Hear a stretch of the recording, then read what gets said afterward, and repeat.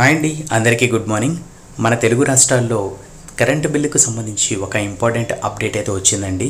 So July 1 నుంచి అంటే మనకు కరెంటు బిల్ ఎవరైతే పే చేస్తున్నారో అంటే యాప్స్ ద్వారా ఫోన్పే కానీ గూగుల్ పే కానీ పేటిఎం ద్వారా కానీ సో ఎవరైతే పే చేస్తున్నారో వాళ్ళకైతే ఒక హెచ్చరిక అండి. సో వాళ్ళైతే ఇంక నుంచి దీని ద్వారా పేమెంట్స్ అయితే యాక్సెప్ట్ చేయరు అని చెప్పేసి కూడా ఎలక్ట్రిక్ డిపార్ట్మెంట్ చెప్పడం అయితే జరిగింది. ఎందుకంటే ఆర్బీఐ గైడ్లైన్స్ ద్వారా మీరు డైరెక్ట్గా ఏవైతే యాప్స్ అయితే ఉన్నాయో అంటే మనకు ఎలక్ట్రిక్ బిల్ పే చేయడానికి ఏదైతే యాప్స్ అయితే ఉన్నాయో వాటి ద్వారా మాత్రం పే చేయాలని చెప్పేసి కూడా అప్డేట్ అయితే వచ్చింది.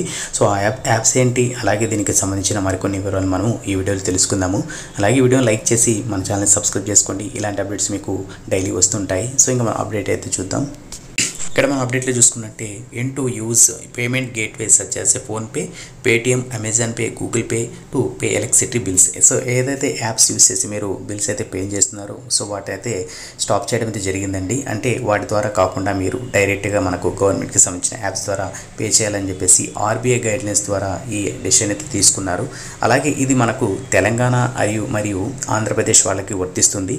తెలంగాణ వాళ్ళకి జూలై 1 నుంచి అమల్లోకి వచ్చిందండి. సో ఏపీ వాళ్ళకి ఇంకా అప్డేట్ అయితే అఫీషియల్గా రాలేదు, అంటే ఏ డేట్ నుంచి ఏది అమలు చేస్తారని చెప్పేసి. సో అలాగే ఏపీలో ఎవరైతే ఉన్నారో వాళ్ళు పే చేసినా కూడా ఫెయిల్డ్ అయితే అవుతుంది. సో కాబట్టి తప్పకుండా ఇదైతే గుర్తుపెట్టుకొని డైరెక్ట్గా మీరు కరెంట్ ఆఫీస్కి వెళ్ళి పే చేయండి. అలాగే దీనికి సంబంధించి యాప్స్ గురించి చూద్దాము. లేదు ఇంకా ఆన్లైన్ ద్వారా పే చేయాలి అనుకునే వాళ్ళకి వచ్చేసి TSSPDCL అనే యాప్ అయితే ఉంటుందండి. సో దీన్ని డౌన్లోడ్ చేసుకొని మీరు మీ యొక్క కరెంటు బిల్ యొక్క వివరాలు అప్డేట్ చేసి మీరైతే పేమెంట్ అయితే చేసుకోవచ్చు. సో ఇది అఫీషియల్ యాప్ అండి.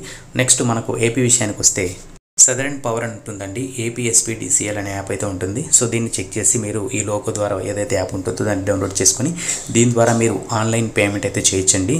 లేదంటే మీరు డైరెక్ట్గా కరెంట్ ఆఫీస్కి వెళ్ళి కూడా మీరు బిల్ అయితే పే చేయొచ్చండి. సో ఇదండి మనకు వచ్చిన అఫీషియల్ అప్డేట్.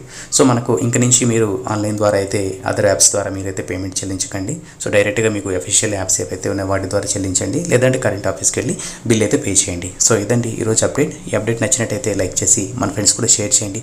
ఇలాంటి అప్డేట్స్ కోసం మన ఛానల్ని సబ్స్క్రైబ్ చేసుకోండి. నెక్స్ట్ అప్డేట్తో మళ్ళీ కలుద్దాం. అంతవరకు కీప్ స్మైలింగ్. శుభదినం.